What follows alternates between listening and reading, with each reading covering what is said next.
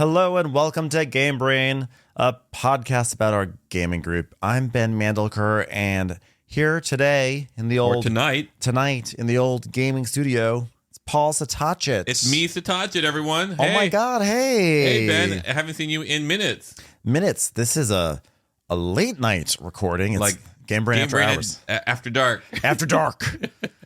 Which is always fun. I find that when I do Watch What Crappens, normally I record it in the morning with Ronnie. And every now and then we have to do like a late night session because of scheduling.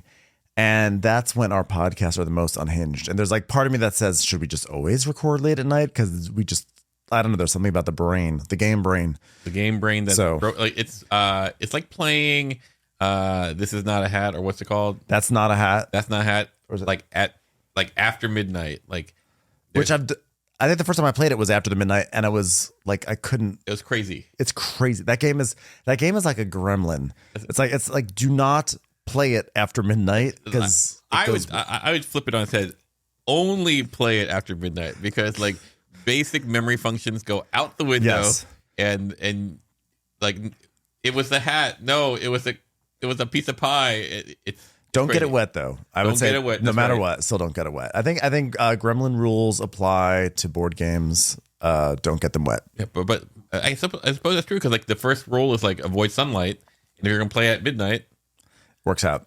So today we are actually gonna do a review of Oranges and Lemons, which I have talked about a bit on this podcast. Some enthusiasm. I also talked about it on Table Scraps, which is my video show I have on YouTube. Go check that out, by the way. Go subscribe to that. It's growing. Table Scraps. It's growing. And especially watch the episodes that Paul is on, because the numbers are low, guys. I'm not gonna lie. The number every episode Paul's on has way lower numbers than everyone else. Anytime I'm on the thumbnail, it's like and I know I'm not like, I'm not Brad Pitt, but like this is really hurting my self-esteem here. But it's not about how you look. It's just that when you're on, we seem to talk about more esoteric things that I don't think have wide appeal. Thumbnail. They don't know how esoteric it is. Like, hey, what'd you like in your game room? 4. Yeah, go check out the episodes with Paul, so that way he doesn't feel so sad. But today we're not talking Table Scraps. Today we're talking Oranges and Lemons. That's the review. But we're going to, in the meantime, we're going to dive into some fresh plays.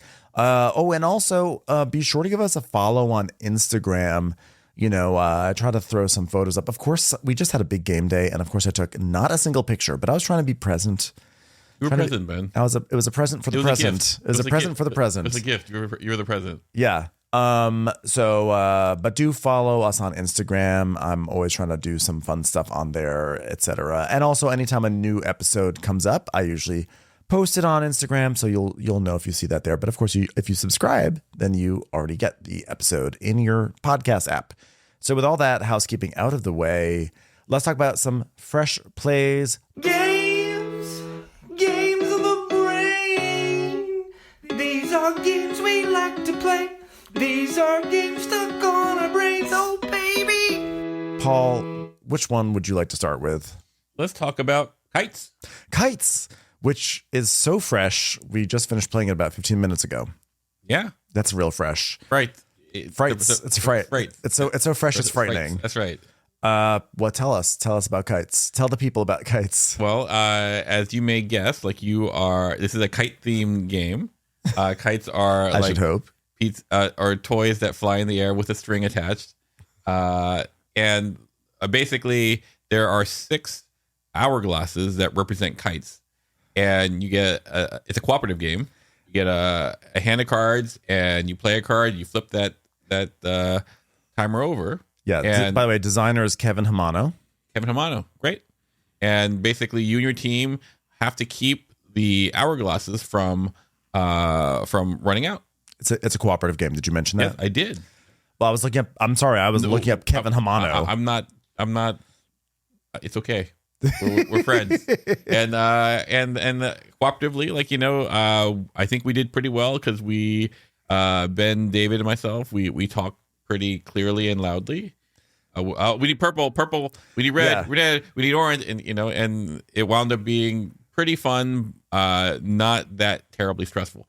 However, Yes. I can definitely see how with the wrong people, it would be tense. Well, we played with 3 players. So with 3 players, I felt like there was a reasonable amount of control because you could sort of see what cards you had to play. You can turn the timers over. So we played 2 games of it. The first one, we almost made it. The second one, we threw a challenge card in there to make it harder. It was a storm. It was a storm, and stormy weather. Yeah, I was supposed to say a storm's coming, but I didn't realize I had the storm in my hand until I looked down. But even with the storm, we won. We won. But I think it's because we were either communicating really well or we were accidentally cheating. I mean, I don't know what it was, but like it's more than likely it was cheating.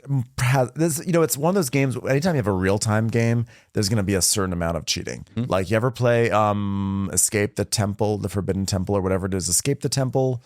It's like there's a temple and you're trapped in it, and you got to get these things, and you only have like. You got to escape, and you're like rolling dice, and you're rolling dice to move, and you're rolling dice to get this, and rolling dice to do that. But like if the dice roll wrong, you can get frozen, and you need someone to come and save you. And you've got 10 minutes, and you play like an audio track, and it's like you have 10 minutes, and it's like foreboding. And it's what happens is that you're so frantic and you're rolling all these dice that you inevitably wind up cheating. But it's also like a huge amount of fun. Sure. And this was sort of in that realm of like. I felt like everything started off like pretty easy. Mm-hmm. Like it was like, okay, just play a card, turn a sand time over. But then like there comes a moment where you're like, the vibe is like, okay, I'm going to flip blue and orange. And then it's like, Paul, your turn. It's like yellow and red. Okay. David's like purple and orange. Okay. Red. Yeah. It's just like, there's all of a sudden like, I feel like, Paul, you've never yelled at me before. And this is the first time you've ever yelled at me. Well, you probably deserved it. I did. Because I remember I was like, and you just went, purple, Ben, purple. I think what the game benefits people who can keep plate spinning, and so I think you just get into that mode and then you do well. And the moment you're out of that mode, it's hysterically stressful. Yeah, I think what's crazy about the sand timers is you'll look and you'll see that like the yellow sand timer has a big chunk of sand in it. Mm-hmm. So you're like, okay, I don't have to worry about yellow. Let me look down at my cards. Okay, I've got a blue, I've got an orange, I've got a red. I look up and there's like 3 grains of sand left. I'm like, how did that happen? How did it like it's crazy how quickly it seems like there's a lot of time.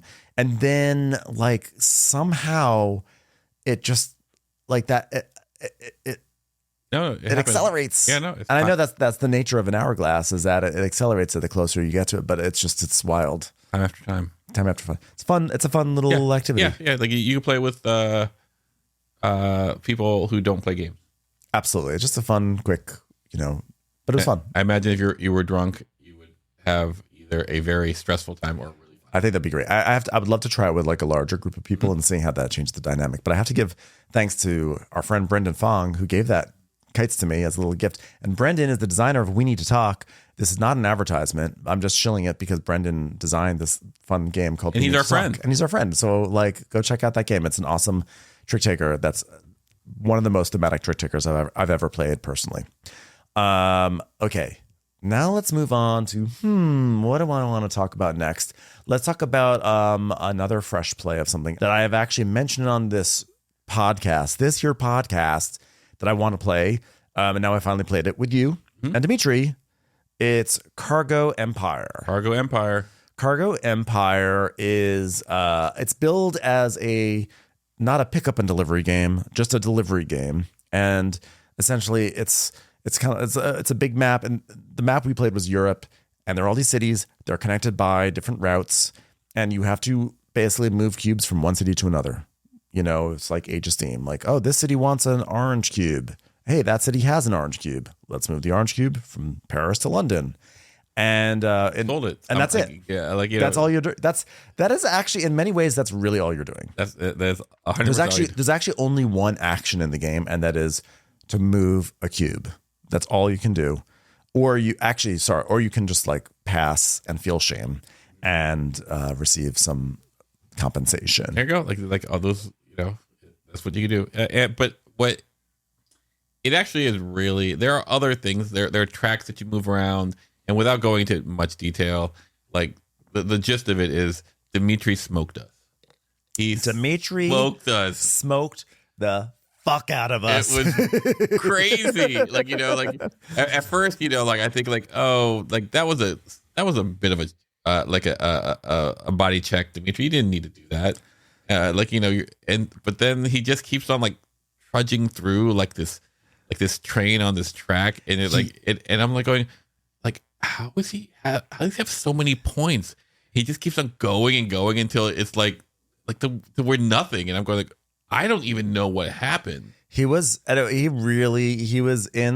the zone. I mean, I'm gonna say delivery zone. He was in the auto zone. That's right. He takes it to limit. But by the way, designers are Alexander Bogdanovsky and Pini Schechter. He saw the light. I don't know. I'm never one of these people who's gonna be like, well, that's OP. That's OP. That being said, there seems to be like, there's one thing you can do where you can get certain kind of like destination cards that are each one is like 4 points a pop. And that's like a nice, or 5 points a pop. Yep. I think that's a good source, and they help your game. And he just leaned on that. And I don't know if that's like the OP way to play or not, but in our game, he definitely crushed us with it. But I will say that what's really cool is that the game really, it has very simple actions, but it's all about the timing and the way you do that one action of delivering, because you don't just like deliver. You want to deliver you want to deliver from cities that are like work with a tableau you start to build and a public tableau, and you want to like time it so you're sort of like maximizing all these sort of like subtle timing issues. And as you like, if you use a truck to deliver, because you can use different modes of transportation. If you use a truck to deliver, you can move a truck on a track. If you use a ship, you can move a ship. It's really cool. Like the decision space that opens up. And what I was surprised at when we played, I was like, I don't know. I bought the game because it said Cargo Empire, and I just like the idea. You didn't word cargo. Cargo. Yeah. And then, whereas me is Empire. The Empire. I was surprised at how quickly it got puzzly. Yeah, no, I think you look at the game and you go like, oh, this can't be that complicated. Yeah, and then it seemed like it was going to be kind of like, if anything, kind of like a Ticket to Ride plus. Mm-hmm. But then it wound up being enough of a decision space, what you call it, obstacle, that you're like, huh. Decision bush, if you will. Yes, we haven't talked about decision bush. It was a good bush. Yeah. And we're like, oh, I'm actually spending time on this. Yeah. It was like, there were a lot of times where you're saying, I don't know, I thought it was going to be a game that was going to take about an hour, hour and 15 minutes. The whole night. Yeah, because we were playing it at Tom's game night and he was playing brass. And it was about just a little bit before them. We were starting Clover a little bit. Yeah, but that's so Clover. But it was a solid night's game. Yeah, it was. I think we took our time. I don't think it would normally take that long, but it was I think this is such an under the radar game. Like I don't think anyone even knows. Like despite it's like great name of it, like Cargo Empire. It's an empire of cargo. So apparently on the we played the European map, but you can flip it over and there's like this whimsical fantasy world. And you can play with asymmetric powers, which might be a fun thing to play around. But we also played 3 players, and it'd be really cool to see more players on the map and see how chaotic it gets. Because I can imagine that game gets it must get crazy with like 4 or 5 players. But yeah, the fact that it can play 5 is good.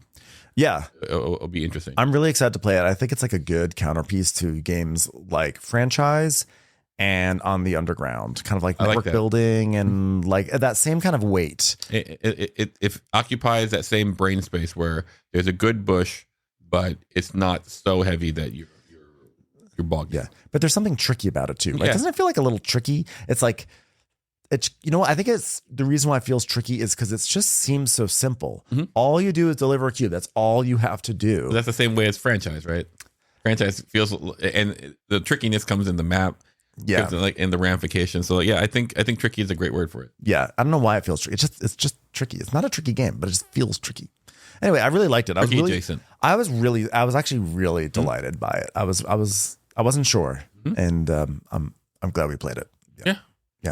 Let's give us another game. Hit us. I would like to talk about Guards of Atlantis II. Ooh, Guards of Atlantis II. It's a frequently. It's a Jordan favorite. Jordan loves this game. Yeah, and so we played it like a week or two ago at Matt's. There were 6 of us. Matt Prime, Matt Carluca, Trey, Jordan, myself. That 6? Ben. Me. And Ben. And me. Thanks. Thanks for the erasure. No, just a little respect. I could use some. You try to discover. Anyway. So what was really interesting about this game is I only play Atlantis at 6. Because I like the. That's a lie because I played it at 4 with you, but that's okay. You can keep lying on this podcast. Whoa, yeah. Like okay, here we go. It's okay. We only have listeners that we have to be honest with. Game Brain at night, everyone. Yeah. And what I really like about 6 is that I don't want to say it's faster. It feels faster because like.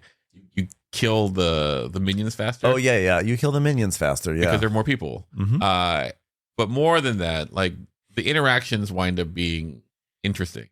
I think like when it's 2v2, I think like there's a right way to optimize your powers, and then I think what happens when that happens,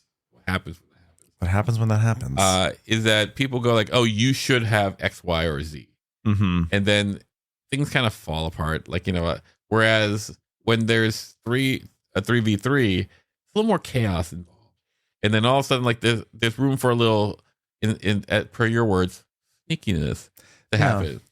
And so, like we were Ben, Paul, Jordan, yep, and it was Trey, Matt, yeah, and Matt Prime, Jordan, myself, and Trey were in this like. Deadlock kind of like the four of you guys were like just like fighting stuff. It was tit for tat. You guys were constantly fighting, and I was just not paying attention to you. It was tit for tat. Slinking around. Yeah. It was tit for tat in a way that was like, oh, like no, we're grinding, Yeah. And then Ben did something really quickly in the beginning that advanced his money count against the recommendation of my teammates. Yeah, sure. I did it. Ben goes, I'm going to do this. So rather than help the team, I was like, I'm not going to help the team.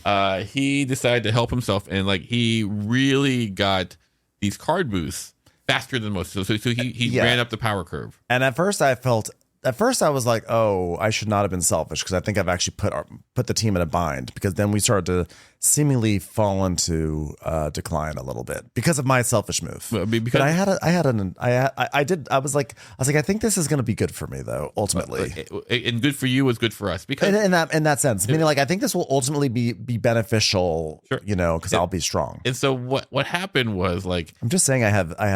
You were gifted, Ben. I was a visionary. That's right. You were Medusa. Yes. So what wound up happening was like the 4 of us, not Ben and Matt Carluca, the 4 of us were grinding, but Ben was ahead in the power curve of his character. So because you get bigger buffs. You can basically upgrade your cards every round, but like you have to be able to pay for it. And like I just had more money, so I was able to sort of pay more. And so what happened was Ben just kept on jacking up Carluca. No. Well, yes, but no. Yes, but no.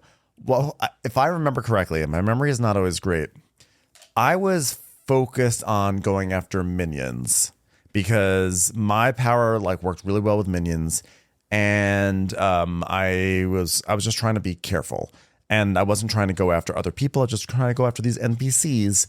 I think if memory serves me correct, and I don't want to misstate this, but I think actually Carluca stepped to me first. I think he tried to take a swipe, And then I was able to like be able to, like well, because you're buffer. oh yeah, I was buffer, and so then I think I like repelled him back, or like I killed him or something like that. No, that you killed him, which gave you more money. It put them back. It put them back. So then we had to like so there was like we had like an initial scuffle, and then later on, maybe like a round or two later, I was in a different part of the board, and Corluca came back to try to hurt me. Now I don't want to make it seem like I was an innocent victim. I don't remember. Like I may have been trying to go after something, or I don't remember really what I was doing. Well, I can tell you what you're doing. You were going after the minions or whatever, the easy prey as Trey, Matt Prime, Jordan and I are like duking it out in the dirt, in the sand, bleeding. And you're like, well, I'm going to go after that person.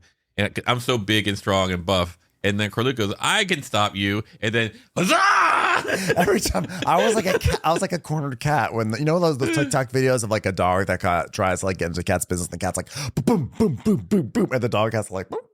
I'm not saying that Corluca's a dog, but I'm just saying I felt like my character was like that. I'm sure just because I have a hazy memory that Matt and Trey would be like, no, you were attacking us. So but in my mind, I was like, just going after minions. But I did set myself up in the end. I wish God, my memory's so bad. I wish I remembered the details of this.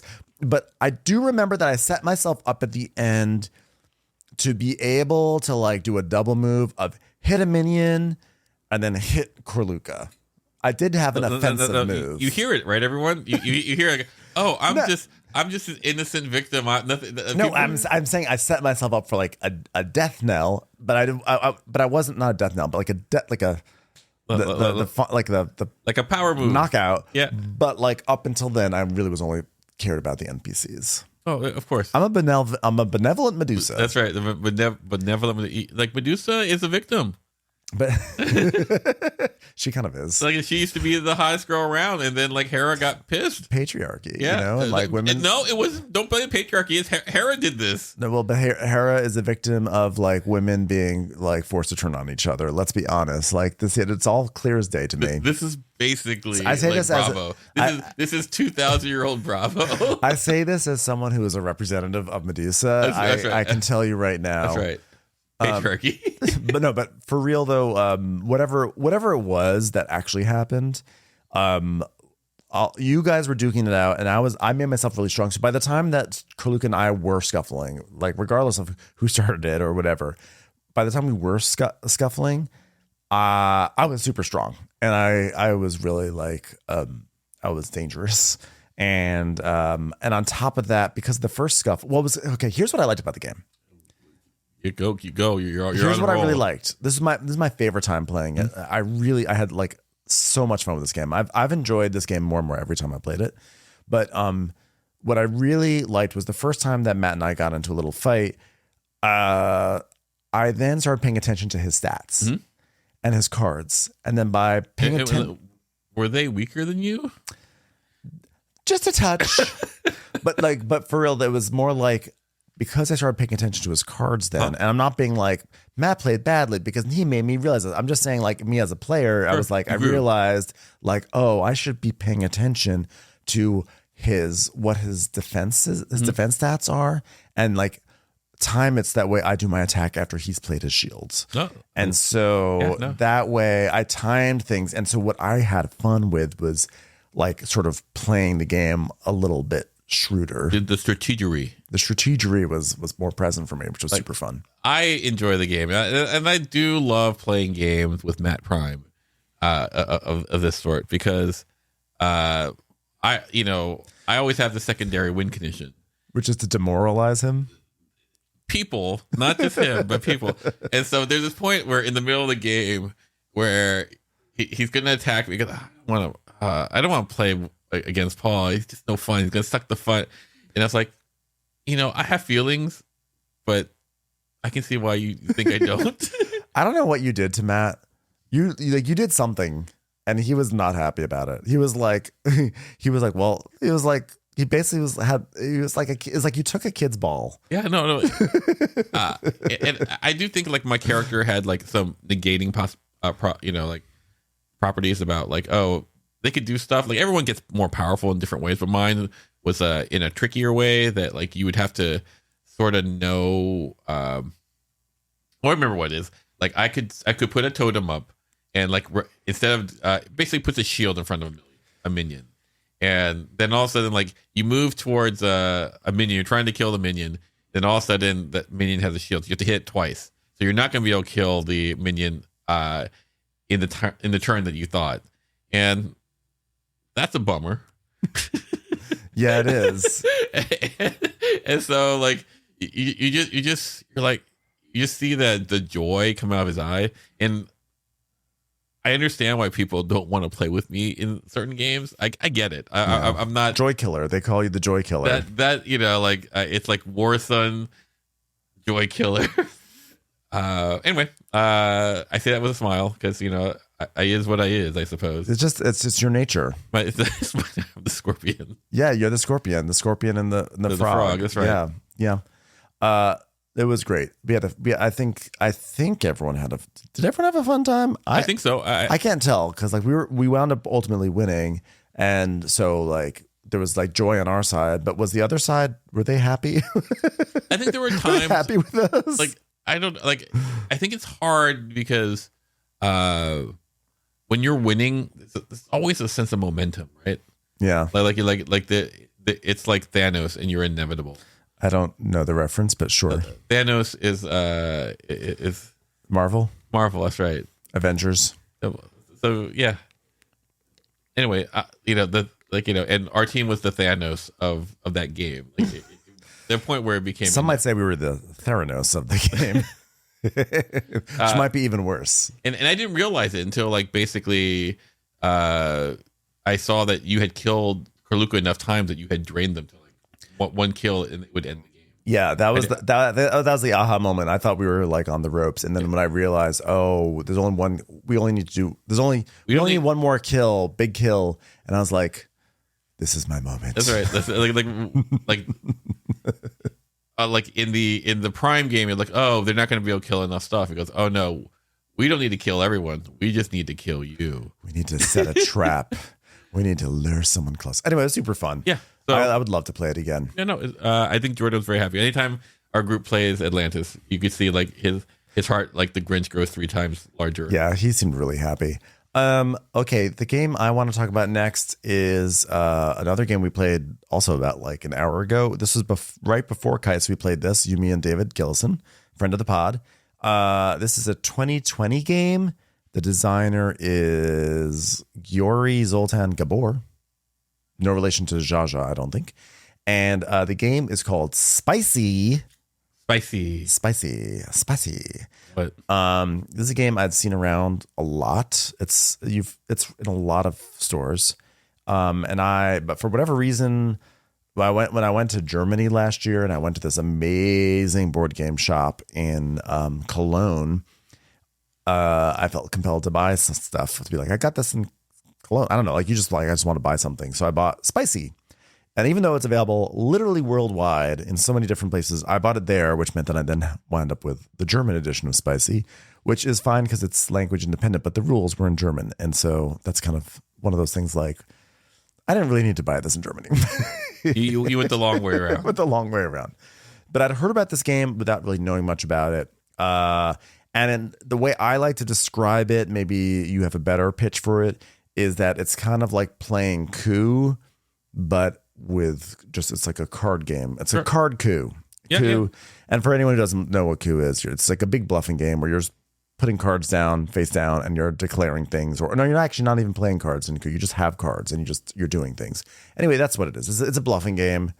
And I have to say, I had the best time playing it. I loved it. I thought it was great. What did you think about it? I thought it was great. Like, but I'm always big about bluffing games. And aside from like not winning, I was doing very well. You were. You were going to win. And then I guess basically like it's really easy to describe. You're basically putting down a card. There's 3 suits and cards that go from 1 to 10. And you put down a card and if you say like, oh, I put down the 3 face down. I'm like, this is the 3 wasabi. And then Paul has to put something higher. And so maybe in Paul, that suit. Yeah, and Paul puts down a card and says, this is a 5 wasabi. But is it a 5 wasabi? Maybe it's not. So you can challenge Paul and say, I don't think this is a wasabi, or I don't think it's a 5. But you can't challenge on both. And if you get it wrong, you really don't want to get it wrong. Like if you get that's it. That's the game. Yeah. If you challenge, like if someone challenges you and they get you, then they get the points. And if you get them, you get the points. And whoever the most points wins. Yeah. And there's some other little wrinkles, but that's basically the vibe of it.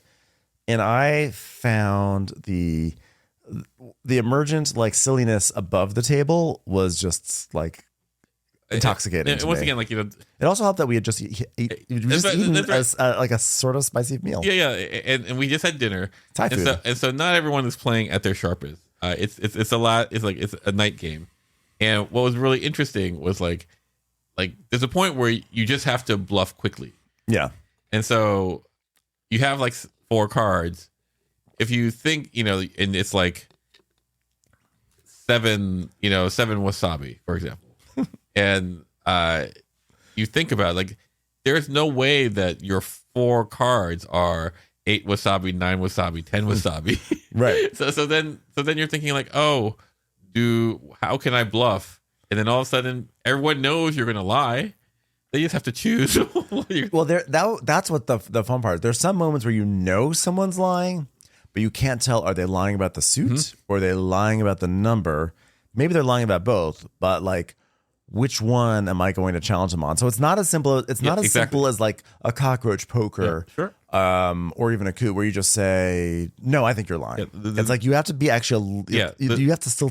There are 2 traits in the card, and if you think they're lying, you have to determine which trait they're lying. Because I could have a 5 chili and it's a wasabi, and I put a 5 wasabi down, and they go, "Oh, I think you're lying about the number. Oh, the number was right, but the chili was wrong. But it's too bad I win because you guessed wrong." Yeah, and that's really fun. And and you start doing the classic bullshit, like you have the number, you're gonna play the number, you're just gonna wait a little bit, you're gonna pretend that you don't have it. Yeah, and then you meekly put it down, and then like people aren't thinking like, oh.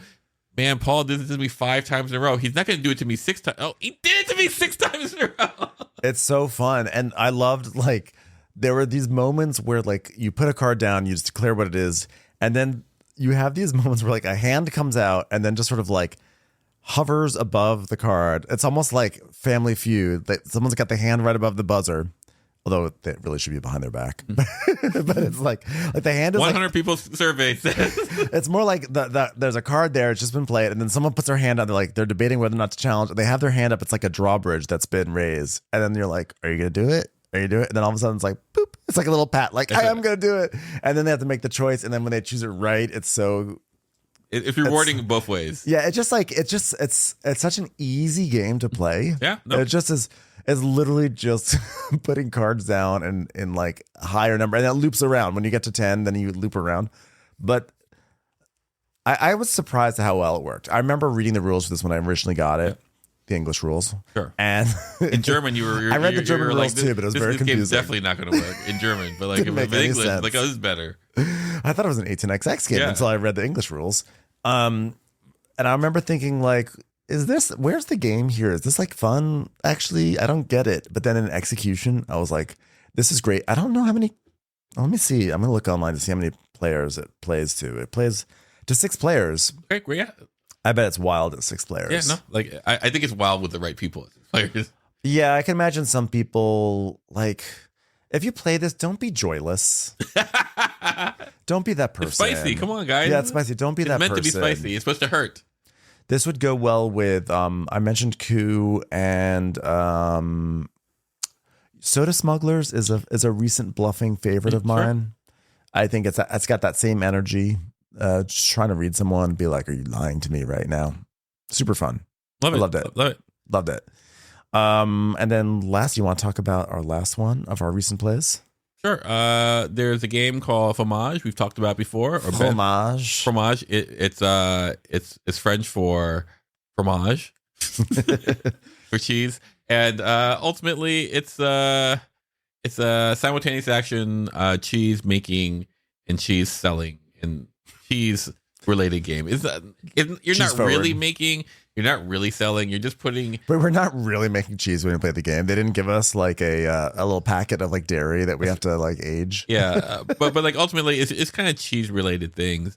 Like, oh, here I'm gonna put the cheese on a platter. You know, I'm gonna put cheese at a fair. I'm going to put a cheese on a plate. A big part of cheese culture is putting it on platters. Like it's and ultimately, like it's a little like what's that wine game that everyone plays? Viticulture. Yeah, viticulture. It's like it not imagine like viticulture is like reduced to like its most basic elements. It's a little like that. Thematically, it's very much in that sort of like yuppie space, right? The thing that is interesting is like every turn, people move simultaneously, and then after that turn, they rotate the board on a cheese wheel. Yeah, did you enjoy it? By the way, I thought it's like I think what it is quick, and I think it fits a space. Like you had a good equivalent to it. I can't remember. It fits a certain space that I think like a 45-minute space. Yeah, I mean, I think our game was a little bit longer than that because we actually wound up having some surprisingly crunchy decisions. But it's there's like this special sort of category of like 1 hour games, which I feel like I think we always talk about an episode of 1 hour games, but there's some games that are just sort of 1 hour. I think we were maybe an hour 15. I don't know. Maybe, I don't know. I feel like we spent a long time on it, but it's this really solid 1 hour game. You can make it as part of a doubleheader. You could probably play it twice. This is my second time playing it. The first time I had talked about probably about 6 months ago. I thought it was lovely the first time. It didn't really like stay on my mind. Oh. It probably still doesn't stay on my mind.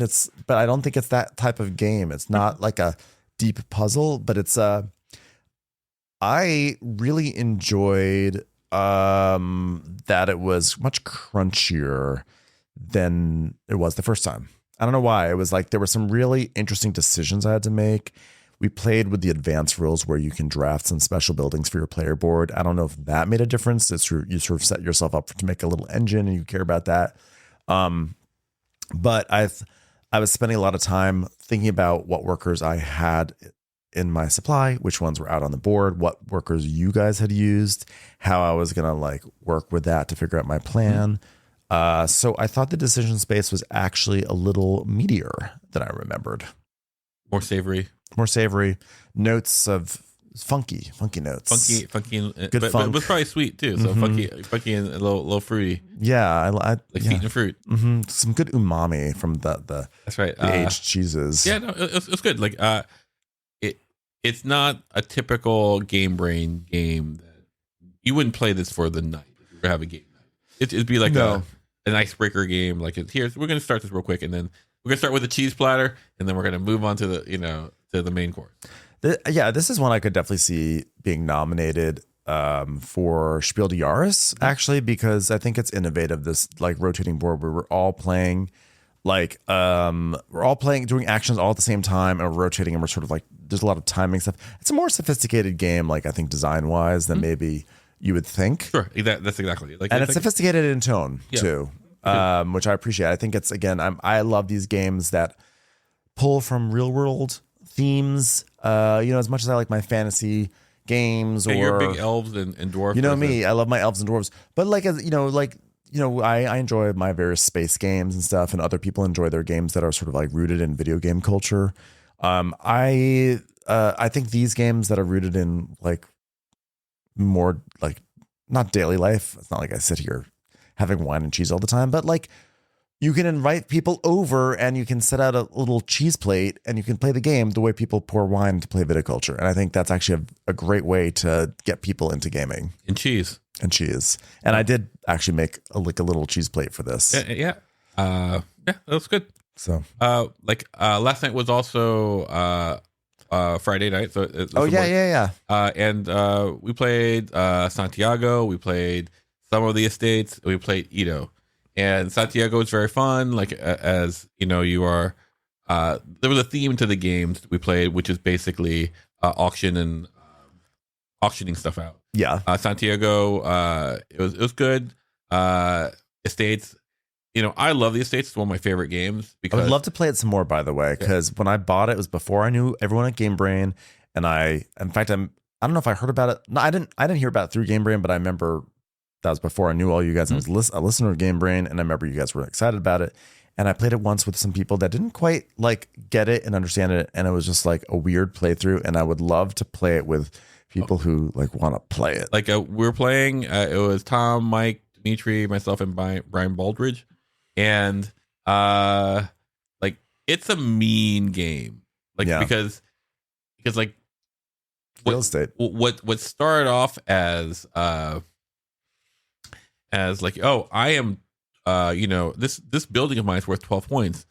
Within a flip of one auction away, it can become negative 12 points. That's how quickly it can. How does that? It's you don't have to bother telling the rules. Yeah. So people can listen to the review from a few years ago. But like the swings are so tough, and and so you need to understand not only the rules but the rhythm of the game. And so Mike, we're explaining the game through, and like by round 1.5, he was like, "Would it be okay if I just leave because I don't get what's happening?" And I'm and it was really rough on Mike. We aborted, but it was like the funniest thing where he was like, "I don't get it." Like, and then he has the good sense, not the good sense, the gentlemanliness to go like, I can stick it through. I go like, it only gets worse from here, Mike. There's no version of this. You are going to be trapped for the next 45 minutes, and it's going to be punch after punch in in your throat. You're not going to have a good time. Let's move on.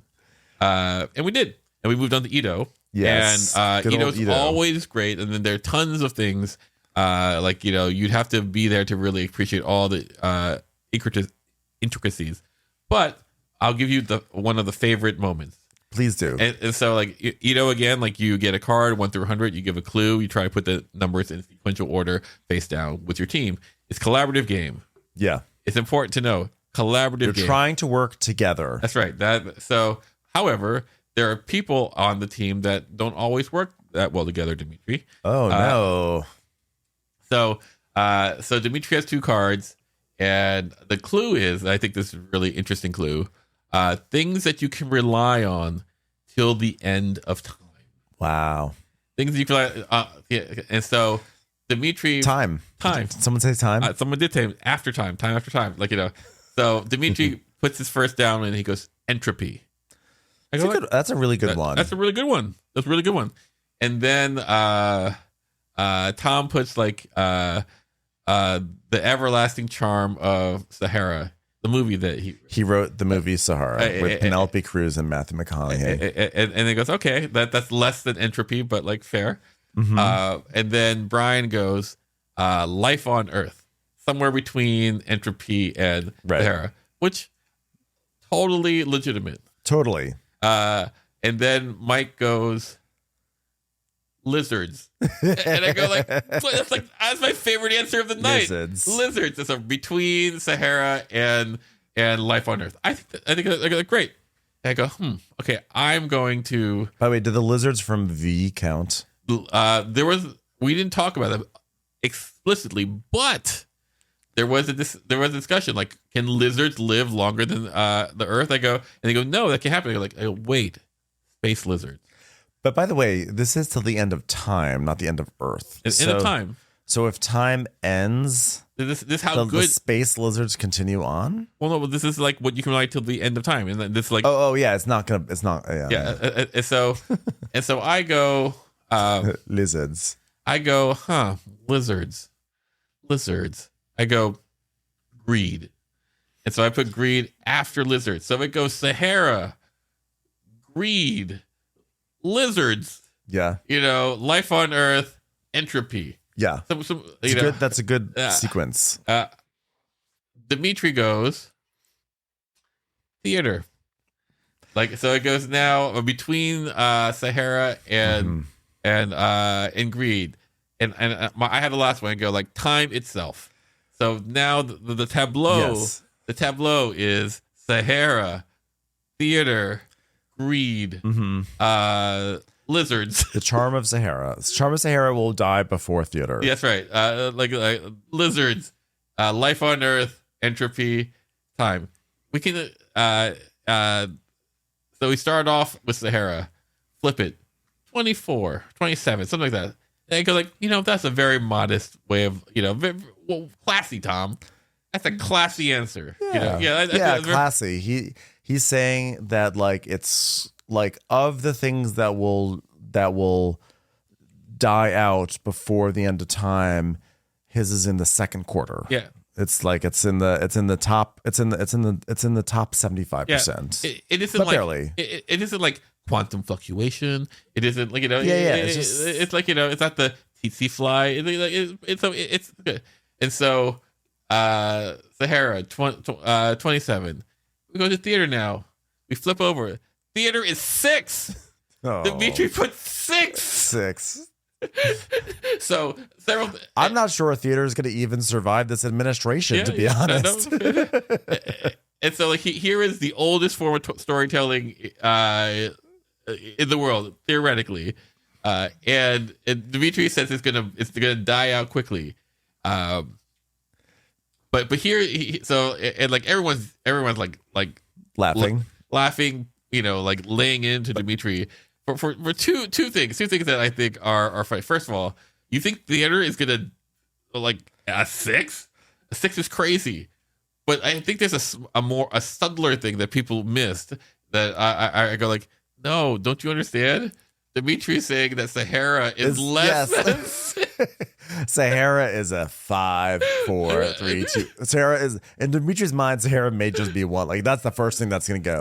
Of all the things in the entire universe that might like peter out first, it may be the charm of the movie Sahara. And so like I thought of that, I thought that I go like, man, that is like some Mensa level shade he has dropped. That was some good shade. But the thing is this, the moment that you say something like that, like you basically talk about your own project, that's the moment that people are going to they're just going to take the shot, right? They're always going to. If I had said watch what crappens, like someone's going to take that shot. Like if he's going it would be fine if he took the sniper shot and a pop.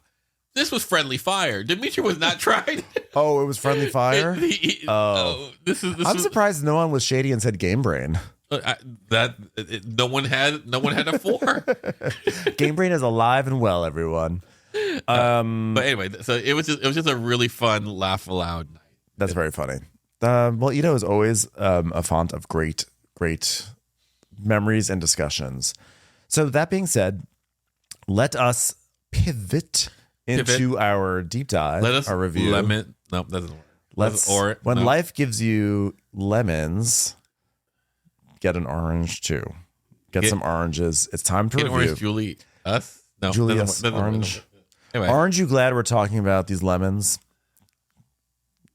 Yes. Thank you. So we are going to do our deep dive of Oranges and Lemons. The designer is Richard Denning, and the artist is Andre Schneider. It's a 2024 game. There's going to be an expansion coming out soon called Here Are the Oranges. Actually, it's called Here Comes a Candle. Here Come the Candles, something like that. It's so Oranges and Lemons, by the way, is a nursery rhyme in Great Britain, and one of the thematic elements of this game is that it's a worker placement game, and every spot corresponds to a different line in that nursery rhyme. And so I think Here Comes a Candle, or whatever it's called, is like another nursery rhyme. That's why we have a candle situation. Gotcha. Yeah. Remember all the orange lines in that nursery rhyme? Like, oranges are here. Yeah. So it's a song, actually. It's actually a song. People in Britain can sing it. Great. So just the real thing is there are no oranges in the game aside from on the cover of the board. There's one little orange in the game. There's like that little circle that's orange.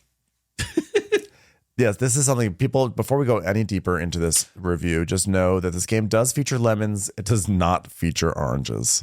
But it is called Oranges and Lemons. Love it. So can you give a 30-second elevator pitch on what this game is? And I will time you. I'm going to time you right now. In an effort to keep us out of the weeds on Game Brain, I'm going to set the timer. The timer is now set. And 3, 2, 1, go. Picture it, Sicily. You're on the clock. I understand. So basically, it's a worker placement. You're trying to build your engines. You have 2 workers to start off with. You can basically get things to get lemons, get fulfill contracts, fulfill voyages. The interesting thing is like there's a space where you call bells, and bells gives you secondary not actions but results from other things. I'm not gonna lie. That was not a good elevator pitch, Paul. I'm just saying that right now. Whoa! Well, thank you. I'm saying that right you know now. what? I'm saying that right now. If you've ever seen the movie Spinal Tap, like this is not like Spinal Tap. Okay, let's see if I could do it. You want to time me? Sure. Okay. I will time it because this is what we do at night. Like we time each other. Try to make the rulesy stuff. Like let's it's an attempt. Okay, ready? On the count 3, 1, 2, 3. Okay, we're in olden times England, and we're starting off as people who can hold like 1 lemon in their hands, and we're trying to go from some peddler on the street to being a magnate of shipping and industry, where you're buying votes and you're issuing loans and you're bringing in things from the East India Company and you're gathering wealth, and it's all in the form of worker placement. And you have all these meeples, and you're growing your army of meeples, and as you put them out on the board, that is going to be very consequential, just not in terms of what they do, but the sequence in which they do it. Ben, that was amazing. I think I'm willing to invest right now because it was such a good pitch. Thank you. You are a really good 30 seconds elevator person. I'm always in awe of you. You are more like a moving platform, like in a lengthy hallway at an airport. And I'm so impressed with you. Like I'm thankful that you are my friend. There you go. That's how good your pitch was. Like it made me here to think that we are acquainted in any way. I feel so seen and heard right now. But that is actually the game. It really is that sure. Thematically you are just a person trying to make it in olden time London, and through the magic of worker placement, you are building a larger and larger empire until you are just basically one shade under the king. There you go. And like, there is actually no royal presence in this game. It is like, I think if you've played any kind of Euro having worker placement kind of thing, there is very little new in here. Like I don't think there's anything new. At least the thing that makes it shine is that it's just easy. The polish of it is so quick. Like we played a week ago, and I came in pretty much dead last. Yeah, and this game, I had a commanding lead from the beginning, and I just won because the game is like once you get it, you get it. You use the word grokkable. I think it was actually David said that like you can grok this game. Yeah, and not in a way that feels like, oh, this is repetitive, or it's more like oh, I see where I need to go and I can follow this path, and we're gonna see if this works. Mm-hmm. There are. I don't think this game is tricky. No. What do you think are like the defining, like, or maybe just name one of the defining elements of this worker placement game, and I'll the one that you choose one, and I'll also chime in with something that you find is to be very defining about this. Defining like a game mechanic of this. Okay, sure. Like one of the things is like there are 20 lines, 20 places you get 20 something. I think there's 16 actions. Well, 16 action areas. Okay, so, maybe more action spaces. So 1 through 16, and like the lower the number, the higher the earlier you go with the next round. And so like you'll have you play with 3 people, like it will not necessarily go Paul, David, Ben, Paul, David, Ben. It could go like Paul, David, and my last Paul could be at the very end. So to clarify that, all of our meeples are in a queue at the start of every round. Great.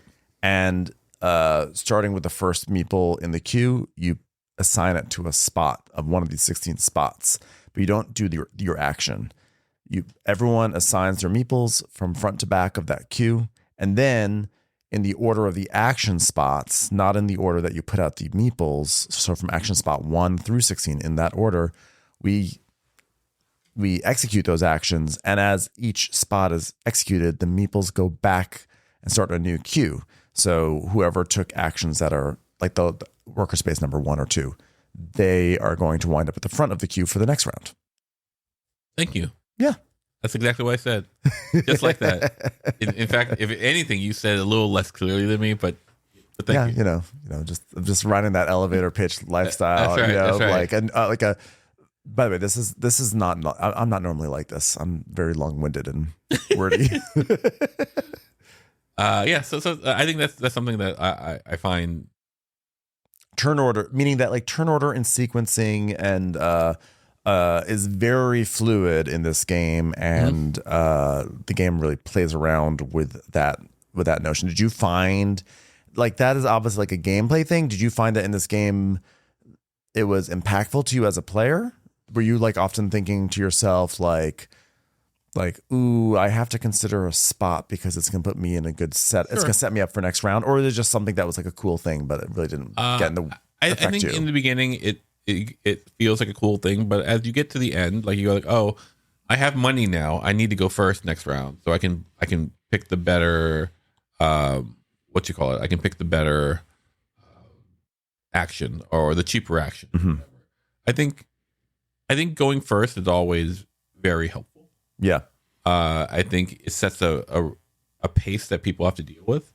Like I won partly because I did the ocean contracts, or what it's called, the ocean. Yeah, there's just like you can get the cargo contracts, and Cargo Empire. Yeah, and so like the cargo contracts, I just went first. Mm-hmm. You know, and because I went first, I got to go first. And I took that, and then like people were like, I can't do this, and so I just won that race kind of outright. Wait a second, what do you mean you got to go first because you did the cargo? Because like I would put stuff earlier so that like to fulfill the cargo later. Yes. Well, so like I for example, what really helped was when I had a bell, and well, actually put a pin on the bell for a second because I'm going to talk about the bell next. Great. But I got a something that made me go super first. I always went first. Right. You had a super first power that you unlocked. And then that I used, and that because of that, I was able to hit the thing that no one else did. I find what's interesting with the player order is that in this game, there's a lot you're trying to do. And if things are humming along and you have like an engine that is like sort of almost it's never going to be fully self-sufficient, but is really kind of like is like lubricating the whole process, you can kind of consider things a bit more of like, ooh, I should go early. I should take one of these less powerful spots early on to set up my worker place, set myself up for good placement for next round. But when you're like me, this last game that we played, I was in the weeds. I could not get things together. And you can't think about turn order because you just need to scramble for the spots that you can get to. And then you do that. And then you look, then when it all shakes out and all gets resolved, and you see that like so many of your meeples are like in the middle or towards the end, you're like, no. And it's not like a feel bad moment because like it's your own fault, but it's one of those things where it's like, damn it, oh, no. It actually makes it very tense. And I find that at a higher player count, this game plays up to 5. When you're at 5 players, you actually are considering it way more because there's so much competition for all these spots around the board. So you are really thinking about like, I got to take an early spot so that way I have some sort of good position for next round so I can do my big thing, which I thought was pretty cool. Yeah, I think yeah, I have fun playing the game. Yeah, I think it's a fun idea. I like the idea of not just like, oh, I'm just gonna go take a spot and do it, and now it's your turn to go take a spot and do it. It's fun to see how the queue winds up, and it's fun to sort of sequence it, and there's a lot of sequencing in this game, and the timing of the resolution. I like when a worker placement game says like, no, you have to like, you get these things in a specific order. Like you're always gonna like get your lemons before you get your bricks. You always get your bricks before you get your pancakes. By the way, there are pancakes in this game, so that's important. No oranges, but there are pancakes. Of course, they're in the shape of cubes. So I really like that. You briefly mentioned the bells. So I think one of the standout things outside of the way that we actually take actions is that there's this idea that we can buy bells, and we assign bells to action all the worker placement places. So essentially what you're doing is there are these 16 actions. you attach a bell of your color to an action, and now you've got some sort of benefit. Like a little something. A little something. It might affect that action. It might affect some income later on the board. It may give you some other weird thing. But like the idea, like I always like a game where you can you upgrade your Scooby Snack it, get your little upgrades, get your special powers. But what's really cool about this game is not only do you get your special powers, but the bells have different sizes. And they get progressively more expensive. And so if you get a larger bell, you can bump someone's small bell out of their spot. So it's not You can ring their bell. You can ring their bell. My bell was rung tonight twice in a way that I did not appreciate because I was obviously failing. And then you guys just knocked my bells off. But I like the idea. It's not just like, oh, okay, I have this special power. Someone can basically steal your power. Yeah, no. But then you get to choose a new power instead. You move your bell to somewhere else. You don't get eliminated. You just get a different power. And sometimes that can be good. Sometimes you're done with the power that you need. And then you can go somewhere else. Like there was one power where you get this special tile. But once that happens, you're stuck there until someone moves you off it. Yeah, and you have to hope someone cares enough to move you off of Exactly. it. And like, who's going to really waste their bigger bell on that shitty spot? Yep. You know, but although it's a great spot, but it's sort of a shitty spot because it only gives I really like the idea of like how to do these bells is really clever and fun. Puzzly. and also necessary because you tried to do the non-bell strategy. The first time when I lost significantly, I was doing very well. All the people who had played before were like, wow, you're doing really well, Paul. Oh my God. I think Paul, this is, wow. And then the final score came out, Bell 0, Bell, and you've, Bell's been 28. And the winning score is 120. Yeah. So like a fifth of the points in one scoring category. And there are a lot of scoring categories, like 20. I'm like, oh, that's not going to work out for me. I have to say that this is a point. I guess this is a point salad. Point salad. Sure, yeah. It's weird because it's all at the end, though. Mm-hmm. Is it still a point salad if it's all at the end? I think it's point poke. Is it like a? It's like a point. Like it's like a. What do you call those? Like a not a formal salad, like a constructed salad, sure, or deconstructed salad. The deconstructed. You only get like actually like a few points like during the game, but then at the end of the game, it's like a wave of points. 100%. It's just but they're from everywhere. Yep. So it's like a delayed salad. It's almost there you go, delayed salad. It's almost like you went to pick better up than a premature salad. It's almost like you went and there was like a carrot on a plate, and you went to pick up the carrot, and then a whole bunch of lettuce fell on it afterwards. Sure. If that helps you, man. I think you know what it is? It's like, you know what it is? You're at a buffet and it's round one, and you've got like your steak, and you put everything, your shrimp cocktail, like a roll or whatever, and you don't have much room left, so you put like a little vegetable on. You're like, it's my vegetable, and then you eat your plate, and then you're like, okay, round two, you go to the salad bar and you get a salad. It's a delayed salad. I think you guys. It's a delayed salad. You guys, game. We're gonna set up a Patreon for it. This is gold here. You guys, this is great. This is so good. This is life gold here. So anyway, what I was gonna say about this? Why was I talking? Why were we talking about the points and the salads? Because you can get points from everywhere. You get points from everywhere. Oh, okay. You can get points from everywhere, and a lot of times the points, I think they're going to be around I think at 14 or 15 points, I think is like a pretty nice score for like the average sort of category. Sure. But it can go up higher than that, I think. But with the bells, you can max out at 28 points, and that's a lot of points. And it's kind of like I think you should always try to use all your bells. Yeah, no, which I did not do in this last game. Yeah, I learned my lesson. Yeah. Use your bells. I think it's a cool idea. It's like a little bit of Lancaster in that. When you played this game, in terms of like the gameplay, were you engaged in other people's games? Were you like, what did you think of the interaction? Interesting. No. Like I found myself, and maybe because I felt we didn't compete in the things that that we needed. So I guess what I found in this last, I thought I was competing with maybe David. Maybe I wasn't competing with you. What I found here in this last game is that sometimes people would go for a contract. They go like, oh, I've already moved off contracts, or I'm not ready for contracts. So there's no competition there. I think it changes drastically with 5. 5, 100%. You have to be aware of everything that's going on. So I think at 3, because we just played at 3. I think 3 is loose enough that like you can like I find you can always do something. You can always find something to do. Like there's this point where sometimes you want a game that is easy and that clears the mind. And I feel like this at while I was playing. I was like, oh, this game is really easy. I've already lost, this bullshit cheese game. Mm-hmm. Yeah. And so by 2 points. Actually, no, I'm sorry. By 4 points. Because that's important. Just want to set the record straight.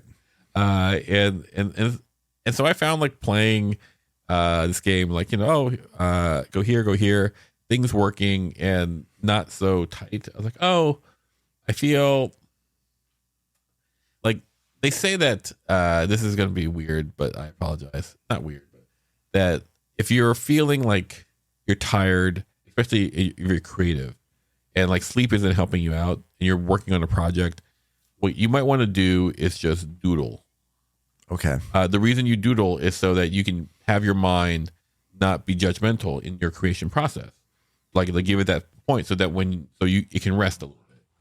And so so we're playing this game and I was like, oh, like I'm basically game doodling because it's easy enough that like I don't have to hold my brain so tight to like, oh, what's Ben gonna do? What's David gonna do? We're all doing this kind of like it's parallel solitaire. At 5 players, you were really paying 100% attention. I actually disagree with you a little bit. Okay, well, I can leave. You can leave. That's it. This is the end of the podcast. I disagree. No, I think in a worker placement game, most worker placement games, it's a lot of it is indirect interaction. Sure. Right. I mean, that's just what worker placement tends to be. Maybe if there's some sort of like area control thing that it results in, it's gonna be more dynamic or whatever. I don't know if like Shackleton Base counts as worker placement or not, but like you could make an argument that that's a very dynamic, interactive one. But in like a very classic Euro-y worker placement, which is what this game is 100 like Euro. There are times where I'm doing my thing and I really am not paying attention to really anyone else's board state. Yep. I'm just waiting for my turn so I can continue my puzzle. Yep. And hoping no one takes my spot. And like it culminates in I hope no one takes my spot. This is one of those worker placement games where I felt like yes to everything I just said, but I was also I was paying attention to everyone's board states. I was paying attention to the things that people are going for because you're sort of keeping tabs on. I find I'm keeping tabs on everything that everyone's doing because I need to know what might reasonably be available to me. But there's the game has at the end game it has like 8 different races. Like most loans, most this, most that. So you do have to sort of like keep an eye on what people are doing. Sure. And especially when there's a thing with bells and you know that you're going to be unleashing maybe a bigger bell soon, like who am I going to bump? Or is someone going to bump me? If they bump me, I have to be ready. What do I think? Do I think that Paul looks like he has enough money and he's saying that he's going to get a bell? Is he going to take out his medium bell and knock my small bell out? And if he does, like, do I want to take this action before he does it? Or do I want to do this instead? Like, I find that I have a decision tree that involves other people. Is it really a tree or a bush? It was a bush. No, it was a tree. I think this was a tree, not a bush. It was not a bush. Like, so I actually found it to be. I find it to be in interactive and engaging. Like I'm not saying that this is basically a 3-player solo game. We're not impacting each other's. Like at 3 players, like I was going for voyages, David was going for contracts, and you were going for the weird vote thing that wasn't going to work. Well, I was in this game. I was the latest one. I was experimenting. I was trying. There's a thing called votes where you can literally just go to a spot, you pay money, and then you can just draw. It's like you just are drawing and hoping to get the most points as possible. And in all the games I've played, it's always been something that people pivot to late in the game. And I thought maybe there's a way to do something where I earn enough money where I like every round I have enough money and income that I can just like place a worker there and just start collecting those. And I did that and it was fun. But the thing is, it doesn't really build your engine. So I was doing some weird things. So I wasn't competing necessarily. But like in that case, there was so much space. Like, Yeah. like we there was never a real collision between David and myself and you and myself. Like, there was eventually David like knocked my bell out so he could be super first. Yeah. And he knocked my bell out just to knock my bell out. And you knocked my bell out. You both knocked my bell out. I think you need to retard your engine. I'm not going to because my bells were taken out and I would put on worthless places. Some were melted. I had to. It was actually one of them I actually should have melted instead of putting it where I put it. But like I'm saying that like at 5 I can imagine it'd be crunchy. But at 3 I found it like remarkably relaxing. Yeah. So like it didn't need to be like Agricola you play and it's gonna be rough regardless, no matter your what you call it, your number count. Mm-hmm. So were there any gameplay elements that were you feel like maybe could be improved? Yeah, like add some oranges. Yeah, add some oranges. Yes, 100%. I feel like there are some like some of them are uninteresting. For example, there's one where like buying stock, for example, it's like, here's the time you can buy stock. Mm-hmm. Like we had this discussion about you buy early stock or late stock, early when it's cheap, late when you have money. Mm-hmm. And like I feel like that there's not a lot of nuance to that. It's more like I almost wish the stock, there's this little stock market was a little bit more integrated into the rest of the game. Yeah. Like it's integrated. There's this, there's one area where these boats come in from the East India Company and that affects the stock market. But that's like the stock market is basically just this thing on the side. Whereas like, I don't know. I don't know. Maybe is the stock market even a strategy or is it just like something that you can use your money on? Is it the culmination of a money strategy? It might be. Sure. But I kind of wish there was something you could do with. I almost wish the stocks and the votes I wish were just slightly more integrated. Judged a little bit, but yeah, I think it's almost like, you know what? The stock almost feels like it's a big part of the game, and yet it's often felt a little bit ancillary. Like the votes are just there, and they don't feel ancillary. They're just like they feel like I wish there was more to do with the votes, but like the stocks, it would be nice if they were somehow. There's a lot of there's just a lot of stuff about the stock market going up and down, and like you can sell, and like I just wish it had some fully like it. I hope the expansion finds a way to give it some more pizzazz. Life. Yeah, some sassiness. Like, I think what it is for me is that not all the levers are equal. Not like some are better to build the engine than others. It feels like there is that's why I was saying that the stock market may just be the culmination of a strategy as opposed to like the engine part of 100%. it. Like there's the A tier, there's the S tier, and then there's the other tier. The S tier is like, here are things that you can use to build your game, and the other tier is like, here's the things that you can augment your game when you have enough stuff. It's almost like so the game also has this thing. There's these contracts. Mm-hmm. It's like standard Euro contract. Like pay these resources, get this thing, and it's really interesting because when you set them up, there's like level 1s, level 2s, and level 3 contracts, and we only. What we do an initial flop of the level 1s, and whichever level 1s are not in that initial flop of like 5 contracts, we don't play with it. Sure. And so the level 1s, it's kind of like pay a pancake and get a thing. And then once you get into level 2s, the level 2s are actually more like that's a large bulk of the contracts in the level 2s, and they are things like spend these resources and get some money, spend these resources and get like. But the level 1s, those 5 level 1s kind of are pushing you in certain directions. Sure. Like you might get an extra meeple, you might open up storage. So there's like, they're really, really good. before they sort of settle into the mundaneness of level 2. And I don't mean mundane pejoratively, but meaning like we have the very flashy things, and the stock market's not part of that. Yep. Which sort of indicates that the stock market is not necessarily like a strategy. So here's the thing that like we're talking at dinner, and I thought was we talked about how we're going to try not to get into the weeds of all the mechanics. I just sat here for the past 3 minutes explaining contracts and how the stock market works. Like So like failed. That's right. Ben failed. He is the theater of game. I'm the theater, yeah. But like we're talking about, or like at least here's how I see it. Like what makes this game interesting to me, because like right now it is a very straightforward worker placement. There's nothing really innovative about it. However, there is this one thing that this game does like remarkably well, and that is like the level 1 stuff. Density wise is better than 2 and 3. Yeah, they're like the best contracts. Yeah, the best contracts. They're the best voyage things. In terms of like how hard they are to fulfill and what the reward is, the level 1s are probably the best contracts.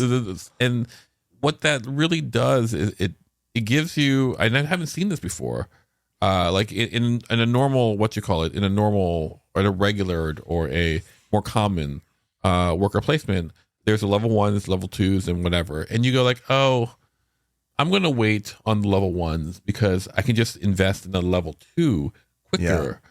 And that's going to be so much better. Mm-hmm. And so it was worth my time to like suffer through the level 1 phase and not get one to get my first choice of level 2s. Yeah. And I feel like what that does is it slows the game in a way that I'm like, okay, we're going to set up a gambit. We're going to set up a defense, like in chess, mm-hmm. as opposed to Hunger Games. Yeah. Where you're on the pedestal and all of a sudden that machine gun is in the cornucopia. Go. Yeah. Or it's almost like sometimes in games you want like if there's going to be like kind of like a queue of contracts and there's like some level 1s before you get to level 2s, you're almost like, I don't want to take the last level 1 and then set someone else up to get the first level 2, and you're playing this whole game of that. And this one you actually are like racing to those level 1s. Exactly. But it's also really cool. What's cool about that is that at the beginning of the game, there is that Hunger Games cannon that goes off. Yeah. And you have these spots. You're like, am I going to go for a bell first? Am I going to go for this?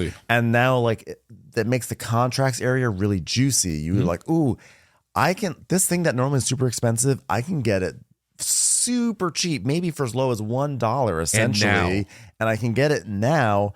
And so you sort of race the contracts, and then what the game what it subtly has done is sent you down a path of like how you want to spend the first act of your game of like, oh, you just got this thing, so now you're going to use that to start an engine in this area, which I think is a really clever design choice. Yeah, I think that like I would describe this as like a really good executed dish that has no flaws, and I was going to say the same thing. I was going to say I'm trying to think of something on Top Chef that's like, when they, what it is? It's like, I'm not gonna say risotto because risotto always fails on Top Chef, but like, I'm just trying to like a pasta. I will just say a pasta. Sure. They're given a challenge. You have to make a pasta. And there's always that one person who says, I don't feel like doing something crazy and funky. Mm-hmm. I just want to use fresh, clean ingredients. Mm-hmm. And then whether they do it well or not, the judges always say, if you're going to do something this simple, it has to be the best ingredients. Has to be right, because then that can actually outshine all the other fancy stuff. Yep. And I think this game does that. I think this game is like, I think the Bell stuff is sort of new, but it's also kind of like Lancaster. But it takes really comfortable Euro tropes and worker placement stuff and puts it in a package that's like really sharp. It does like all the things right. Because I was going to ask, like, with the worker placement, what makes a worker placement game? Please don't yell.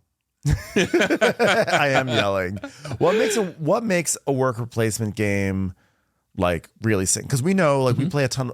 I played this game, Kinfire Council, a few weeks ago, which was fine. I had a fun time playing it, but it was totally unremarkable to me and totally forgettable. And when I played it, I had a fun time and I was doing a lot of interesting things. but it did not stay with me whatsoever. And I played other worker placement games that are fun, but why do some games feel like they're like alive and crackling, and some worker placement games feel just like, oh, this is fun, and then you move on? So I have a long-winded answer for that. Would you like a long-winded answer? I would like a long-winded answer Great. for that. Please Okay. go on. So like there's a movie franchise that has come out. Like it's I think it's fairly popular with most. It's called John Wick. Uh-huh. And so like when John Wick came out, my wife and we watched it, and she was like, "Oh, that's really interesting." I thought that was really and she is not a big action person. Okay. And John Wick became John Wick, and that, it's a thing. You're like, what made John Wick so good? And it came down to two things. Because you've seen a whole bunch of action. Everyone's seen action movies. Like, Yeah. One is like they took longer takes. Mm-hmm. So longer takes means like uninterrupted action hidden through editing. And so that's great. So like people are really hurting and falling, and when they whatever. But here's the thing that I say that John Wick does that you've never seen anyone in this style of movie do, and that is, even with his pistol, he aims. So you have this like superhero shoot 'em up person, but he aims, and that act changes the action in such a way that people go like, "Oh, this is innovative." Like this feels completely different, Right. And that makes it feel fresh. I believe that if John Wick doesn't aim, he goes like, "Oh, it's just like any other shoot movie." It's like the same way that Mad Max Fury Road feels like it has like a visceral quality, because it's like versus like some CGI thing, because it's like you feel the weight of bodies falling and things happening. I think ultimately it comes down to, have you seen it before? And like, I don't think you've seen like this style of like, oh yeah, of course you'd aim. Like in real life you'd aim, so it feels just a little bit more real, but it has that superhero quality. And so like in this game, like in worker placements, I think especially those who have played worker placements before go like, oh, I know what the story is. I know the rhythm of the story, blah, blah, blah, blah. What you're really looking for is that one bit of freshness, that one bit of like, oh, I didn't expect that. And for me, like playing Oranges and Lemons, aside from like the rope-a-dope of like, oh, where are my oranges? Yeah, well, you have to get over that. Yeah. Aside from that, what we get is this rhythm change. It's gonna get you. Yeah, exactly. Like, Gloria Estefan has always been right. The rhythm may change, but it's gonna get you no matter what. And so rather than like, oh, let me slowly acquire resources so that I can buy the best thing or whatever, it's like, go. Yeah. And that cannon shot at the beginning, that race makes you go, oh, I'm in it faster. And I think for me, in a worker placement, a person who's played a bunch of worker placements go like, oh, it feels different. Long-winded. I like that. I think, yeah, it does feel different. But I'm trying to think of like, in worker placement, what do I like? What do I look for in worker placement? I think I want. I like it when a game is tight.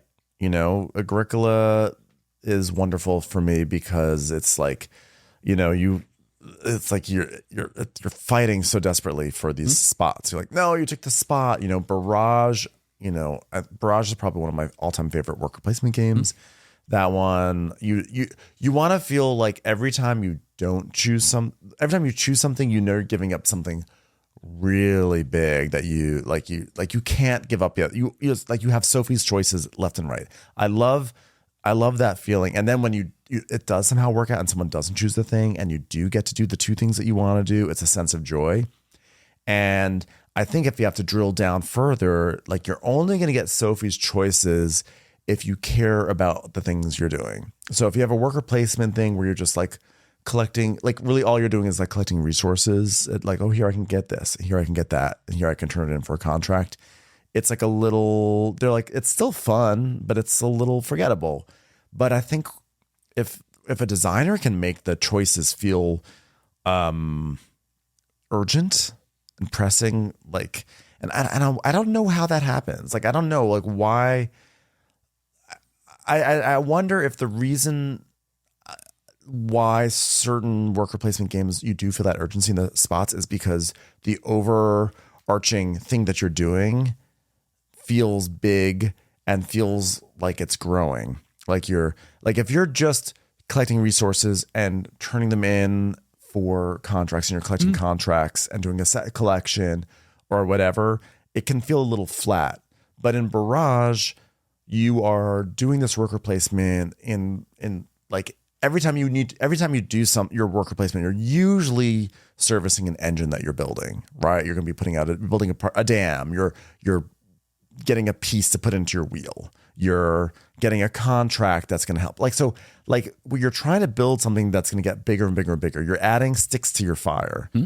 And when you can't do that, you feel the disappointment of like, my engine is not working. Like, I think we all know that feeling when your engine's not working. You're like, no, because we know how great it is when your engine works. When an engine is purring, it's exciting and thrilling. It's why a lot of people love Terraforming Mars, because it's basically a game of this big ass engine. And so I think, this is my long-winded answer, I think that in Oranges and Lemons, there's a lot of different engines you can actually build, which is fascinating about it. You could do a money engine, you could do a resource engine, and once you get a bunch of resources, you can apply them into different areas. You can do contracts, you do this, transactions. You get money, you can buy stocks, you can buy votes, you can do all this stuff. And so and a lot of those things that you get income, and there's a sense of progression. You start off you literally are so small, you can only hold one resource, and that's supposed to represent what you can hold in your hands in this game. As it gets, and your hands are small. I know. They're small. So I think why the worker placement works well for me here is because it is in pursuit of getting your engine going. Sure. And so you feel like when someone gets in your way, you feel it, and it matters. And that's why I think this one does the worker placement so well. Did you like that? I love it. I think it's great. I felt like I was doing a TED Talk. Like I feel like, I'm always honored to be your friend, but today I'm going to say it out loud. Thank you. So I like that. I have to say that one thing I want to flag that I don't personally have a problem with, but there are some random elements. There are two areas of random elements. As I'm sitting here talking about how you want to like do this stuff to build your engine, and when you don't like that, there's one place where we talked about the votes. You go and you draw a tile, and it's going to be between 1 and 4 points. And it's kind of a feel bad moment if you go and you spend the money and you do this whole action and you only get 1 point. That does not feel good I think it's fine. I just go with it. But like, some people would have a problem with it. There's another thing where these ships, where you go, you spend a lot of money, and you're hoping that these ships from the East India Company come in and give you something awesome. And usually they do, but there's a chance that you could shipwreck and have a 3-hour tour. Yeah, and that could happen. How do you feel about these random elements thrown in the middle of this game? I'm a person who believes that you should have randomness in a game. Otherwise, it winds up being like mathable. Yeah. And like, I've been watching this TV show called The Devil's Plan. It's a Korean game I show. heard that's great. I think Jordan's mentioned it on this podcast before. Yeah, it's really fun. And one of the things that I found interesting about it is I go like, oh, could you make this game for Americans? And the answer I found is like, not in its form. And partly it's because Americans, in my hot take, I apologize, guys, like would rather have, like, if they're going to measure degree, like, like how good you are or something, they'll prefer sports. Like, like track or whatever.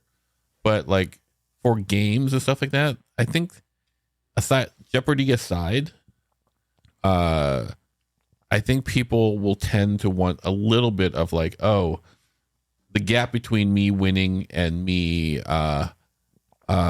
losing is the difference between my skill plus my personhood.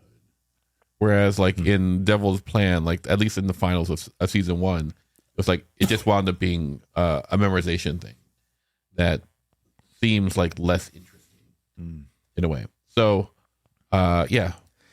I just want you to know, I mean this in the warmest possible way. I literally just threw up in my mouth while you're talking. I thank you. I love causing people's reaction because like it's really. I thought what you were saying was fascinating, but I thought what you were saying was fascinating, but my body just said like, no, out of nowhere. Like you know that feeling. You're like, oh, I'm gonna throw up my mouth. I was like, I love that happened during Paul's monologue. I'm gonna re-swallow my vomit. And then I'm gonna say it to our tens of listeners. It's a late night podcast. You know, this is what you get. It's after hours. That's right. After dark. Game Brain After Dark. That's when the vomit happens. But we're talking about what? We're talking about. I think we were talking about like the randomization. I think. And so the randomness basically allows a little bit of luck into it. It can be mitigated, but like it's one of those things where if it was just pure chess, if it's pure just analysis, it would be less fun. I think. Yeah, I like the randomness. It's in the area with the ships, it's really hard because you spend a lot of money, and like doesn't feel good to spend that money. $8 is a lot in this game, but it's a gamble because if it works out, you usually get something amazing, and it's usually worth the $8. So I like that there's like it's good to have risk and reward. Like we can have random things in games. It's okay, and there's enough stuff to do. There's literally 16 spots. There's enough stuff to do on the entire board that you never have to go to these 2 random areas. But if you feel like rolling the dice, you probably will be handsomely rewarded, but there's a chance you won't be. I think it falls down to like how you, and we talk about this all the time, like how certain people deal with risk and stuff like that. But like let's say you played a game that took 36 hours, and what would you rather it end like? Would you rather it end in a situation where someone like just handily wins? Mm-hmm. Or would you rather it end in effectively a coin toss? Mm-hmm. And now some people would say... Some people don't say both. Like one or the other, right? I think I would like it to... If it comes down to a coin toss, that means it's close. And I say, let's do the coin toss. That's exciting. And so not everyone... now let me ask you, whether the coin toss is not metaphorical. It really comes down to whether you draw something or not. Mm-hmm. Like it ultimately becomes like something random. I understand that feeling of like, oh well, this isn't fair because I worked so hard. I did all this planning. I came down to this. I understand that, but it also makes me think of like in football, because like why not compare everything to something else tonight? Yeah, that's what we do at night, guys. When a kicker, it's 1 second left on the clock. Down by 2 points, kicker comes out and misses the field goal, and everyone's like, no, like that, and they're like, they boo the kicker, they shame the kicker. The truth was there was a whole game that happened before that moment, and if the defense or the offense had played better, like that might not been the situation. The kicker is on is. One could make the argument that the kicker is just dealing with failures that happened earlier in the other failures. And so like you like to this is a very rosy way to think of it, but like in some ways you like to think like if you're playing a better game, it wouldn't maybe come down to I know that doesn't always work out that way, but sometimes it's one of those things where it's like look at the chain of events that led up to that, and like why if you were in a situation where this one little thing is the difference, then maybe there's some other things. Now I know like in Twilight Imperium, you can have everything on Mechatol Rex and roll a die and then everything gets blown off. And that's not the difference of like, oh, you were playing a bad game. It wasn't just the die roll. Like sometimes there are games where the die roll just screws you over. But if you can't see that as a hilarious moment, I don't care if it's like 8 hours into it. Like if you can't see that as a hilarious moment, then you're taking it too seriously.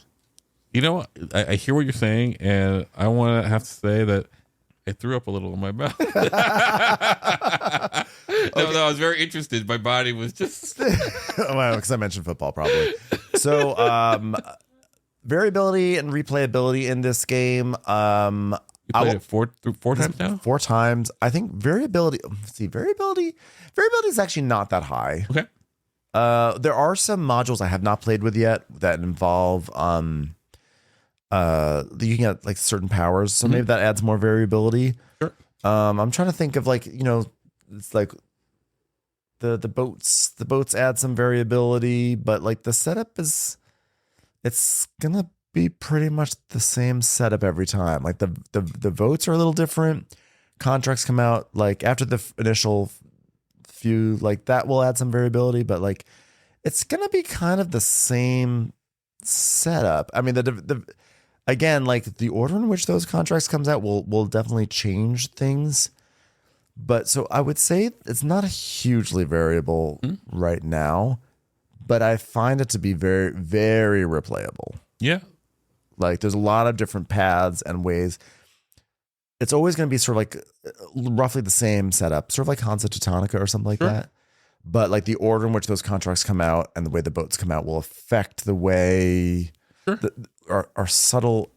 Well, it starts that initial conditions will affect the, I think like there will probably be a point where like it is not, there'll be best moves for different situations. It's not because it's not so variable that, but I think I think it's balanced enough. Mm-hmm. Like I think there are ways, like David got 42 points in like loans. Yeah. That's a lot. It's a lot. It feels like every action there's something to explore with it. Mm-hmm. It feels like when you do one action, there's like 2 or 3 different strategies that you can grow out of that. Yeah. And so like you wind up over the course of the game doing a lot of everything. Mm-hmm. So you visit all these areas, but like you sort of emphasize different areas in different games in a way that I think is really cool. I feel like there's a lot of levers to pull. So like there's not a lot of variability, but like a lot of things to explore. And there will be an expansion coming, so that'll be interesting too. Sure. And again, there's like Prophecy of Kings. Yeah, Prophecy of the Kings. There's some other added elements. Player count. I'm a bad reviewer because I've only played it at 2 player counts, 3 and 5. I have a feeling that 4 is truly the sweet spot. I love how crowded the board got at 5. Hmm? Like those bells were bouncing all over the place. People were like constantly jockeying for space. That was very exciting and very fun to me. And you really cared about where people were going. There's more downtime, but it was it felt really like alive. 3 is really good. I have to imagine 4 you get enough of that like congestion, but it's maybe not quite as much downtime. But I would play this at 5 again in a heartbeat. Love it. Yeah, it'd be very interesting. Like if there are 5 people and like ultimately 5 up to 5 characters everyone can get, 25 spots. Mm-hmm. There are not 25. Well, no. Well, there's 16 action spots, but the action spots themselves have some of them worker spots. Yeah. So they may have like 2 or 3 spots, and so the board scales. Mm-hmm. So it scales for that. And speaking of the board, I want to talk about like how it looks. Like the culmination of all this, the theme and the presentation. The theme of old England working is fine, but you actually feel it a bit. Like this is. I do feel like I'm starting with just like a lemon in my hand, and then I have a little cart, and then I have a horse, and then then you just jump from horse and buggy to like ship. But like you do feel a progression, and I think I really enjoyed the progression of the game, and thematically it all works. It's sort of generic old Europe, but it's like kind of the perfect generic old Europe. Like it's very cozy to me. There's a huge board. Looks like a picture book. I want to like dive into it. It's very, very inviting to me. Like I see this kind of board and I'm like, I want to play this right away. Yeah, it's I have no notes in that. I think like I'm not a person who really loves worker placement. Right. I have I would play this at any time. Yeah. The rule book is great. Like very few ambiguities in it. There's some errata that's online, but like the rule book works really well. And then the iconography is by and large really straightforward. Yeah. There are a few like nitpicks, like maybe they have some things with certain like black arrows and white arrows that they should clean up and be more consistent. It's really not a game breaker, but I think it's all like pretty clean. I think thematically it works really well. It's clean. It's fun. It's fun how it's tied into this nursery rhyme. I really like it. So like ultimately I have to then ask you, I mean, you did say this, you're not into worker placement, but this is one that you play anytime. Was this fun for you? Was this a fun game for you? Is this a fun game for you? I found it fun when I was winning. When I was losing, I didn't know I was losing, so I still felt like I had fun. I don't know. The question should be, so yes, I had fun. I think it's a fun game. The question I should ask you, did you have fun? Because you chose a strategy that was geared to lose. I was blatantly losing. Yeah. I had a lot of fun. Yeah. I've had a great time every time I played this game. Every time I play it, I'm like, this game is so good. It's so good. There's a reason why I keep bringing it up. I've been really happy that we did this big deep dive in it. I think it's for what the things I said before, like every action I do feels fun for me. Even just collecting like lemons or pancakes or cast iron skillets, like even just getting stuff. Actually, yeah, honestly, the bricks are my least favorite, but like everything feels good. Yeah, I know. And I like that. But it also it is a game where you grow and grow and grow. And this, my engine was broken this past game. It was still, I think it's tremendously fun. And then you look at it, this big cozy board, and you have so much fun. You building your engine, and then you have these. You're layering in your own special powers. You are playing with turn order in a way that's fun, and you're thinking about other people. And for me, this is right in my sweet spot. You guys know I love like a midweight Euro. Yeah, this is midweight? Would you say? I would even say like light mid. Light mid? No. Okay.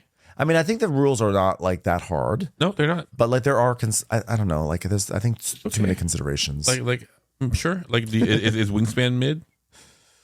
Yeah, I think that Wingspan is like mid for most people. Is it light mid, or is it mid, or is it heavy? I think mid? for us it's light mid, but I think for most people it's mid. So then I think that for like if I have to think about like the general like I think it's Wingspan as far as like its complexity.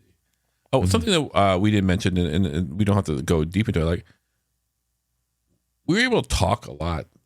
Like, it didn't require so much brain power that we just stared. There's a lot of banter too. Yeah. I feel like every time I played this game, there's been a lot of fun banter. Yeah. And so like I there's a lot of discussion what people are doing. Like people are always talking about what people are doing in this game. Exactly. And you also have that fun thing where people like you go somewhere and someone goes, oh, like David put something down in the lemons area tonight, and I was like, no, you lemons. know. Yeah. And honestly, when it comes to like moving like bells around, there is like a little bit of like don't move my bell. Yeah. You should go after Paul. Paul's got a bell. There's like there's some of that cross chat. There's actually a lot of it. It's very interactive in that way. You should do it to Paul. He's talking shit about you. Yeah, do it to Paul. No, there's a lot of like interaction, and there was something else I was going to say that I really liked about the game. I don't remember what it is, but I do enjoy the sense of progression. And I was going to say about the points at the end. I was blatantly losing in this game, but you never really know who's going to win. Sure. The first time I played it, I lost by 1 point. Deservedly. Deservedly, because I did not think I was in it. That's right. I played the game with you and Trey, where I wasn't sure. I think I was doing well, but I think the entire time I felt like you were going to win, and then I saw that you didn't have the bells. That's how strong my game was, guys. And I want to say something about tonight's game too, which is that like this is also one of those games you start out with 2 workers and you can grow your fleet. Yep. And David never grew. Oh no, he grew. He got 1 worker. Yep. So he had fewer workers than us, but he was only 10 points away. Yeah, 10 points away from winning. Yeah. Which was cool too. It's like, oh, maybe you can play this game without all the workers. I don't know. Just it's fun to see a game with all these levers. So I don't know. I don't want to repeat myself too much. I love it, obviously. No oranges, but I think this is probably like one of my favorite new to me games. Probably keeper, right? Oh, 100% a keeper. This is going to be like in my collection forever. Yep. Like I love this game. Totally under people's radars. People who know about it are talking about it like, oh my God, this game is so good, but it's not splashy. Sure. So I mean, it's called Oranges and Lemons. It's Oranges and Lemons is old Europe in a time when people are like Like, It's like, oh, what's a campaign game that's supposed to have like 10 miniatures in it? You know, it's like, this is not a sexy game like that. This is basically anti-scurvy. This is anti. You know, at a time when we have things like Vantage that are out, Guards of Atlantis, Arcs, all these games that are like they really are. I mentioned like video game kind of like games that seem like they are in many ways drawn out of the world of video games, which is not a bad thing. Those games are really, really popular right now, and I think a game like this is sort of like has a nostalgic, cozy feeling, which may have a different appeal. That's People love cozy. People love cozy, but I don't know if this is a game that is going to make a splash with a lot of like the big board game content creators, like the Gloomhaven group. Yeah, the Gloom. Yeah, it's not might not penetrate there. But that's why I guess I'm talking so much about it right now. You're an advocate, man. You're a PR person. Thank you. I feel that way. Well, we did it. Okay. Well, I don't think there's anything left to say about Oranges and Lemons, but I think it's a hard game to get, and so if you find it, you should just like auto buy it. Sure. Just buy it and then sell it if you don't like it. And you know, you can rely on this game to like really last to like at least longer than theater. I hope so. I hope this game lasts until the end of time. I hope this is a 99. Like entropy above lizards, above entropy. I don't want this game to ever have entropy. Yeah, the like lizards. Yeah, I want to be above lizards, below time itself, and that's what it is. So everyone, thanks so much. You've been listening to Game Brain. Paul, thank you for being here, and we'll catch everyone on the next episode. Okay, bye everyone. Bye.